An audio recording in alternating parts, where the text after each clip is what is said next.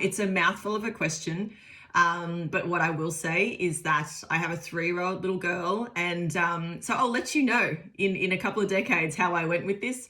But certainly from experience, of me being a young girl and eventually ending up in tech, I guess the things for me that I believe would have made a big difference to me is really, as a parent, trying to connect and explain the concepts, which sometimes, things can appear dry in the areas of, depending on what areas of tech. If you think about, the actual day-to-day mechanics of sitting in a room and writing code, like sometimes that's a perception thing, right?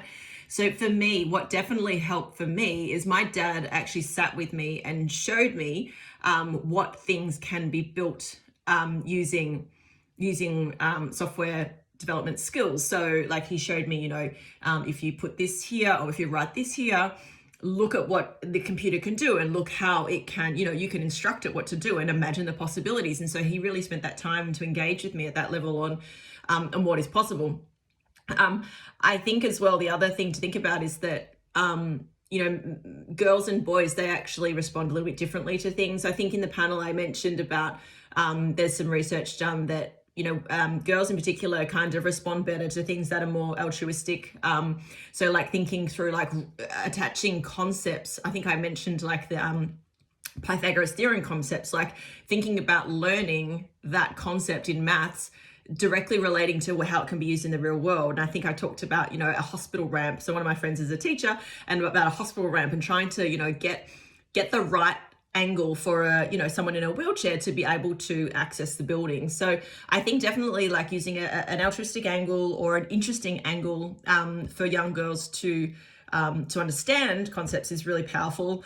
The second thing as well is really about having role models. So, when we think about systemic issues, like as a young girl, I couldn't name who in tech I could look up to. I think it's a bit different now. Like obviously there's a bit more digital, going on. So there's more access to that for sure. But I think, if we are constantly making sure that us women in tech are getting up on stage, we're getting on TV, we're getting in the media. And so, young girls can go, oh, okay, tech, software engineering and so forth. Like it is a place where lots of women can thrive. So I think it's a big deal to really continue getting up on stage and showing up. The third one, which is kind of related to this, is, and again, I spoke about this on the panel, is really talking tech up. I think if, sometimes we have like spoken to many women about this, like we sort of call it IT or we just call it tech and we don't actually really go into what it means. And I think there can be quite a kind of stale perception of what it is that IT is. And I kind of joke about, at school, you have a problem with a keyboard, like there's, cornflakes in your keyboard on the computer, and they say, oh, I'm going to call the IT guy to get him to fix it. So as soon as people think IT and they think that, oh, it's people who fixes computers, like it's not probably the best perception. It definitely does not capture, how amazing tech is and what it is to work in and how creative field it is to work with really smart, amazing people and build amazing products. So I think what we can do as a systemic thing to tackle is really talking it up and talking to our young people about, how exciting it is to work in tech. So they're probably 3 major things for me, like, as I said, like finding ways to engage with younger girls in particular, on their level and making it interesting and relevant for them in terms of talking about tech. The second one is for us continuing getting up on stage and being role models so people can see, what it does look like to be a woman in tech.